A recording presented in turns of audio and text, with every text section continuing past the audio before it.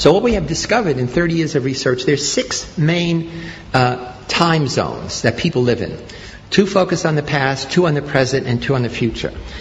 The people who focus on the past either remember all the good old times, successes, happy birthdays, nostalgia. These are the people who keep the family record, the family books, who have the family rituals. There are other people who focus only on regret, only on failure, only on all the things that went wrong. So we call those focus past positive or past negative. There are 2 ways to be present-oriented. The most obvious is to be hedonistic, that you live for pleasure and you avoid pain. You seek novelty, you seek sensation. There are other people who are present-oriented because they say, it doesn't pay to plan. My life is fated. Fated by my religion, fated by my poverty, fated by the conditions that I'm living under. Most of us are here because we are future-oriented, that we have learned to work rather than play, to resist temptation. But there's another way to be future-oriented. Depending on your religion, life begins after the death of the mortal body. To be future-oriented, you have to trust that when you make a decision about the future, it's going to carry out. If you have great inflation, you don't put money in the bank because you can't trust the future. If there's instability in your family, adults can't keep their promises to you. The closer you are to the equator, the more present-oriented you are. The more you're in an environment where climate doesn't change, it gives you a set of imagining sameness rather than change. Protestants everywhere have higher gross national product than Catholic countries, in part because of the Protestant ethic, because of the notion that you work hard to succeed, to demonstrate that you are God's chosen people. My family comes from Sicily, and in Italy there is a political movement called La Liga to cut Italy in half, to have North Italy and South Italy, cut it just below Tuscany. The people in the North say, we do all the work. The people in the South are lazy. They're like children. They want to have babies, have 3-hour dinners, etc. People in the South say, they're not Italian, they're German and Austrian. You know, they eat yogurt instead of pasta. they take their lunch in a paper bag. And in the recent election, the Liga got 14% of the national vote. It turns out it is accurate. We've done research to say people in the North tend to be, on a scale much more future-oriented. People in the South tend to be more past-oriented or present hedonistic. And so my family is Sicilian, and I come from Sicily. I go back every year. I start an educational foundation. We send high school kids to college and set up computer labs. And I'm talking about some of this stuff, and a man comes up and says, I'm a poet. I live with words. And it wasn't until I heard your talk that I realized there's no future tense verb in Sicilian dialect. I said, what do you mean? There was, is, there's no will be. He said, that's why nothing gets done. And I didn't realize it because we never plan. So again, here's how when you have a number of people who share a certain time perspective, then it does come to characterize a nation. In the same way, if you have a Catholic nation where people tend to be present or past-oriented, rather than a Protestant nation where in general people tend to be more future-oriented, it affects you in very profound ways. So there's a wonderful book called The Geography of Time, and it's written by a dear friend of mine, Robert Levine, who's a social psychologist, and he actually literally went around the world doing wonderful experiments. He looks at what he calls the pace of life. See, time perspective is how people divide their own experience into partitions, time zones. Another kind of time orientation is your sense of duration. How much time has expired while you're sitting in a dentist's office before they start drilling? How much time has expired when you've been waiting in line? How much time has expired when you're having fun or at sex? So time duration is totally a function of whether you're bored, whether you're excited or not. And what he does is he shows that in different cultures, people have a different pace of life. And you do this very simply. You sit in a cafe and you mark off 100 meters, and as people pass, you start a stopwatch. And you see how fast people walk. You go to a post office, and on a piece of paper you say, I'd like, 3 pounds of this postage or 10 euros.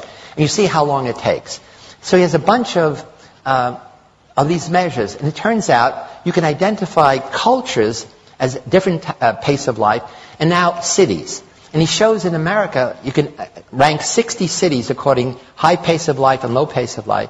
And the ones that have the highest pace of life, men have the most coronary problems. That is, this becomes part of your whole way of life. We all begin life as present hedonists.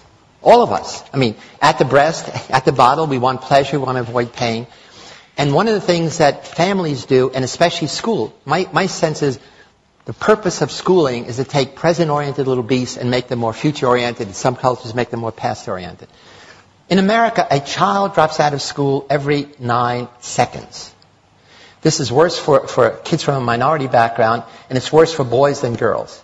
There's actually a disaster recipe developing among boys in America, literally dropping out of high school, college, and it's not simply poor performance. One of the problems is, a recent study shows that by the time a boy is 21, he has spent at least 10,000 hours playing video games alone. Probably more watching pornography alone. And you put that together, it means, A, they haven't learned social skills, emotional, social intelligence, but also it means that they live in a world that they create. They're playing Warcraft, they're playing these other games, which is exciting. In fact, I just heard the other day that these game companies are now going to develop 3D games so that the world will be all around you. Their brains are being digitally rewired, which means they will never fit in a traditional classroom, which is analog. Somebody talks at you without even the nice pictures. Meaning it's boring. I mean, you control nothing. You sit there passively. And if you want to change the curriculum, I understand the traditionalists here say we got to go back to reading, writing, arithmetic. Disaster. These kids will never fit into that. They have to be in a situation where they are controlling something, and school is set up, you control nothing. You're passive. School is all about learning, delay of gratification, literally endlessly. All addictions are addictions of present hedonism. Food, sex, drugs, gambling, etc. All of our propaganda, all of our educational message, all our public relations messages are designed for future-oriented kids, who's not the problem. They tell you, here's the negative consequences of doing what you're doing. Future-oriented kids know that, and they don't do it. Present-oriented kids know the future consequences. If you're a teenage girl, you know that if you have unprotected sex, you're likely to get pregnant or have sexually transmitted disease. You know it, but that knowledge never feeds back to change your behavior. So that's the interesting thing about time perspective. I think we are underestimating the power of technology in rewiring young people's brains. Kids don't wear wristwatches. They say it's a single function device. You don't waste time with a single function device.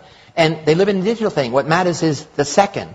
You know, I didn't mention, one of the things that gets people upset in America is how long it takes to boot up your computer and how long it takes to download something. Less than a minute. That makes people angry. So it becomes an emotional thing. You get angry waiting in line, waiting for services. Waiting is a waste of time, even if it's waiting for your computer to boot up. So I think there's a fundamental change going on in our culture that I think we adults are not realizing, that kids are totally different than we were. And it's because it's revolution in time. There was a recent study we did with USA Today, asking Americans how busy they are. The vast majority of Americans, more than 50%, said, I'm busier now than I was last year, I'm busier last year than the previous year, and I sacrifice friends, family, and sleep for my success. This is across the board, not separating by future orientation. And then we say, suppose you had an 8-day a week, what would you do?